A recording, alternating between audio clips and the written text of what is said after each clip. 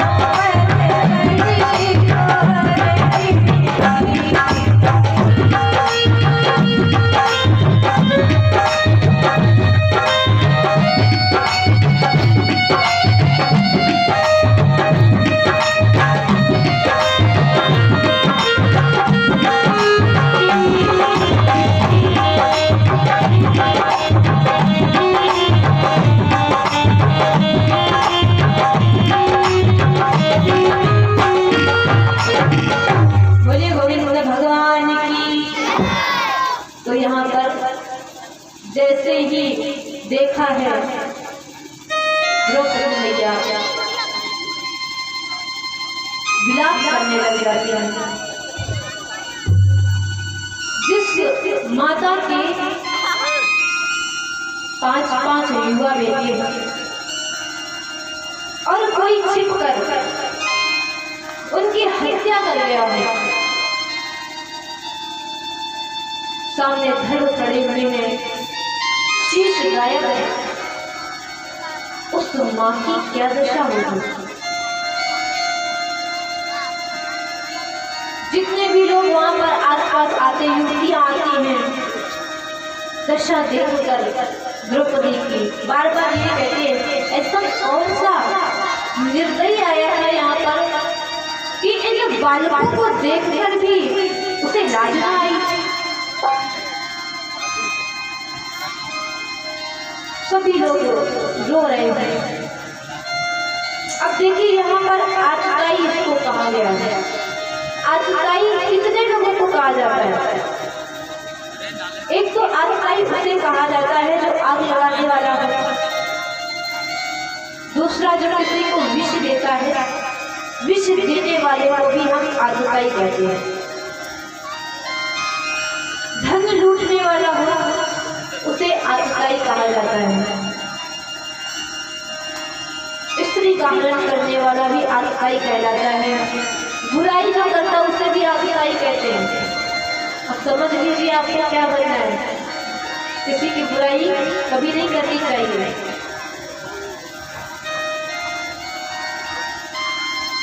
गलत नियत से हाथों में शस्त्र धारण करने वाले को आतताई कहा जाता है। अब आतताई का मतलब यही नहीं होता कि पुरुष ही हो, ये कार्य जो करता चाहे स्त्री हो या पुरुष हो आतताई है। और आतताई का वध करने से कोई दोष नहीं लगता। जब अर्जुन ने देखा द्रौपदी की दशा, समझाया विलाप मत करो, जिसने भी ये काम किया है मैं उसे तुम्हारे सामने पकड़ कर लाऊंगा, फिर तुम जो सूचना करोगी, तुम जैसे कहोगे उसे वैसे ही हम दंड देंगे, तुम्हारे कहने के अनुसार दंड दिया जाएगा। नाना प्रकार से द्रौपदी को शांत कराया। अच्छा, ये जो द्रौपदी के 5 पुत्रों की हत्या हुई है, ये 6 कौन सा? ये पूर्व जन्म में 5 विश्वदेव थे। आपने हरिश्चंद्र जी की कथा सुनी होगी, जिसमें विश्वामित्र जी परीक्षा ले रहे थे हरिश्चंद्र जी की। तो उसमें जब वो परीक्षा ले रहे थे, हरिश्चंद्र का राजपाट सब कुछ विश्वामित्र जी ने ले लिया, फिर भी स्वर्ण मुद्राएं मांगी थी। तो ये 5 जो विश्वदेव थे, इन्होंने क्या कहा था, ये विश्वामित्र कितना निर्दयी है, धन ले लिया, घर ले लिया, फिर भी अब इनके पास कुछ नहीं बचा, फिर भी कहता है कि मुद्राएं चाहिए, कहां से लाएगा, ये बड़ा निर्दयी है। तब इनको विश्वामित्र जी ने श्राप दे दिया था कि तुम मनुष्य बनोगे। जब श्राप मिला, निवेदन करते हैं, प्रार्थना करते हैं, इस श्राप को वापस ले लीजिए। विश्वामित्र जी ने कहा, देखो तुम्हारा जन्म तो होगा, क्योंकि ये तुम्हारा हमें श्राप दे चुके तो वापस नहीं कर सकते, लेकिन मनुष्य योनि में जाने पर भी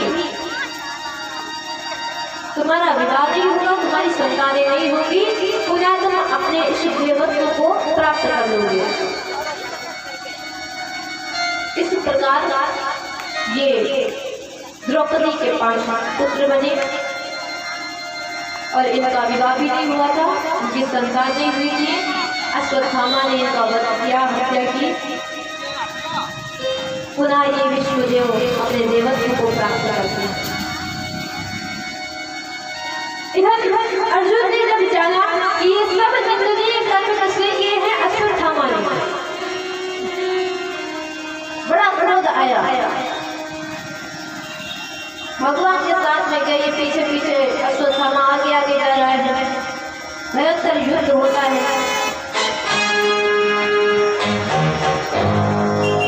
जब अश्वत्थामा ने देखा कि अर्जुन आज मुझे मार ही डालेगा, मैं बच नहीं सकता हूँ, बचने का कोई मार्ग नहीं मिल रहा था, इसने ब्रह्मास्त्र चला दिया।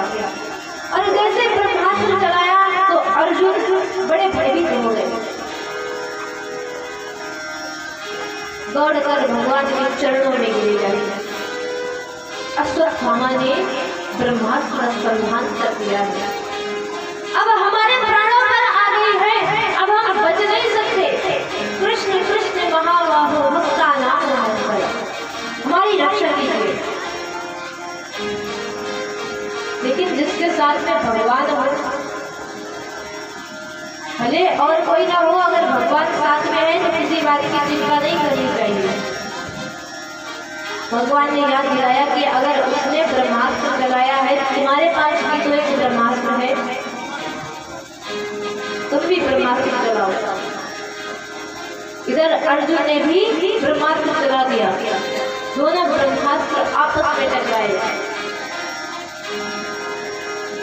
जब भगवान ने देखा कि जो ब्रह्मास्त्र की अग्नि है, मानव पूरा ब्रह्मांड ही समाप्त हो जाएगा, तब अर्जुन से कहा कि अपने अपने ब्रह्मास्त्र आप लोग वापस कर लीजिए। तो अर्जुन ने तो अपना ब्रह्मास्त्र वापस कर लिया, लेकिन अश्वत्थामा को वापस करना नहीं आता था। तो उस समय उत्तरा गर्भवती थी। वापस करना जानता नहीं था तो उसने उत्तरा के गर्भ पर उस ब्रह्मास्त्र को छोड़ दिया। जैसे ही उत्तरा ने देखा, बड़ी भयभीत हुई, दौड़ती हुई भगवान के पास में आई है। ये ब्रह्मास्त्र हमें जलाकर नष्ट कर देगा, हमारे गर्भ को नष्ट कर देगा। तब भगवान ने उससे कहा था कि अपने हृदय में मात्र भाव लाओ, नेत्र बंद करो। भगवान ने गर्भ में उस बालक की रक्षा की। ये भगवान का स्वभाव होता है। आइए एक बार सभी लोग प्रेम से मिलकर भगवान के नाम का संकीर्तन करते हुए भगवान का नाम करेंगे।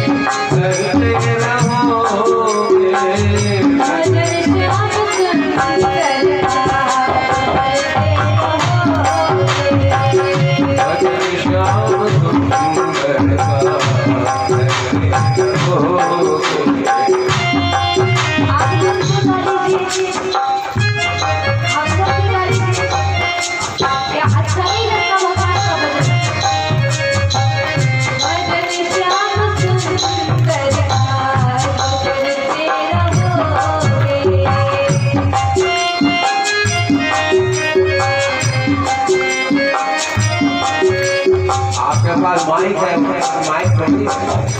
कम से कम इतने सारे लोग और हम कोई दूर नहीं है, इतनी दूर से कोई दूरी नहीं करके हमें भजन श्याम सुंदर करते रहोगे।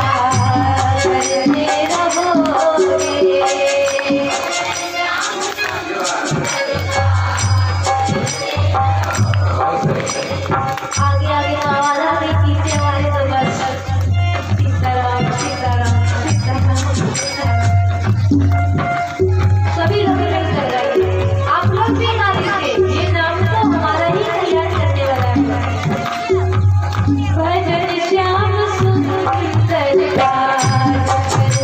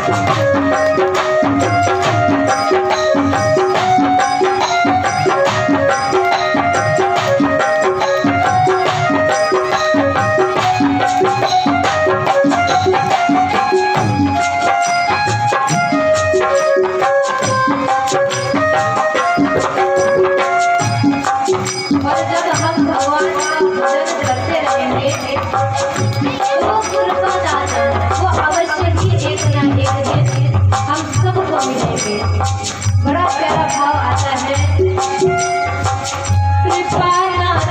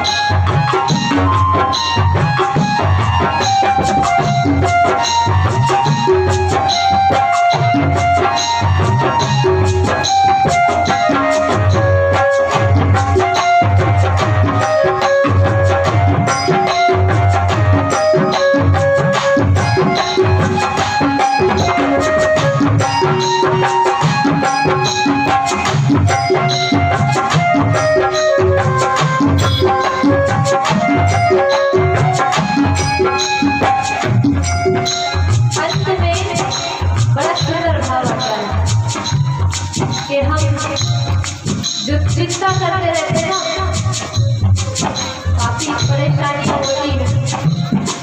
किसी ने हमारी प्रशंसा कर दी तो हम प्रसन्न हो जाते हैं, और किसी ने थोड़ा सा भी कह दिया तो ऐसा है तो हम उदास हो जाते हैं। मानो अपनी प्रसन्नता का स्विच हमने किसी दूसरे के हाथ में दे दिया। जब वो ऑन करेगा हम प्रसन्न हो जाएंगे, ऑफ करेगा हम दुखी हो जाएंगे। तो आपके हृदय में कभी क्लेश ना हो, कभी कोई चिंता ना हो, दुख ना हो, तो इसलिए आपको क्या करना पड़ेगा? आप अपनी पढ़ाई से सदैव बचते रहिए। आप कभी ये मत विचार करिए कि कोई आपकी प्रशंसा करे। जहाँ आपकी प्रशंसा हो आप वहाँ ना जाइए, लेकिन जहाँ लोग कहते हैं कि ये तो ऐसा इसमें ये कमी बताने वाले के पास में जाइए। तभी तो आप अपनी कमी को पूरा कर पाएंगे, पता चलेगा। बड़ा ही सुंदर भाव आता है इसमें। न होगा कभी मुझको तुम्हारे, न होगा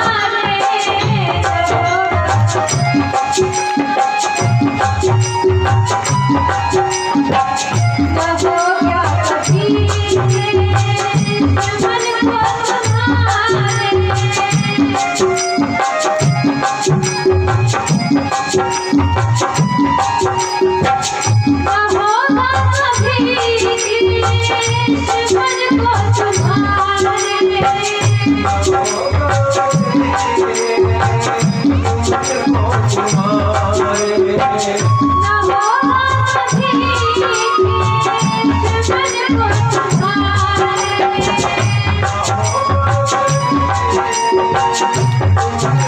तुम्हारे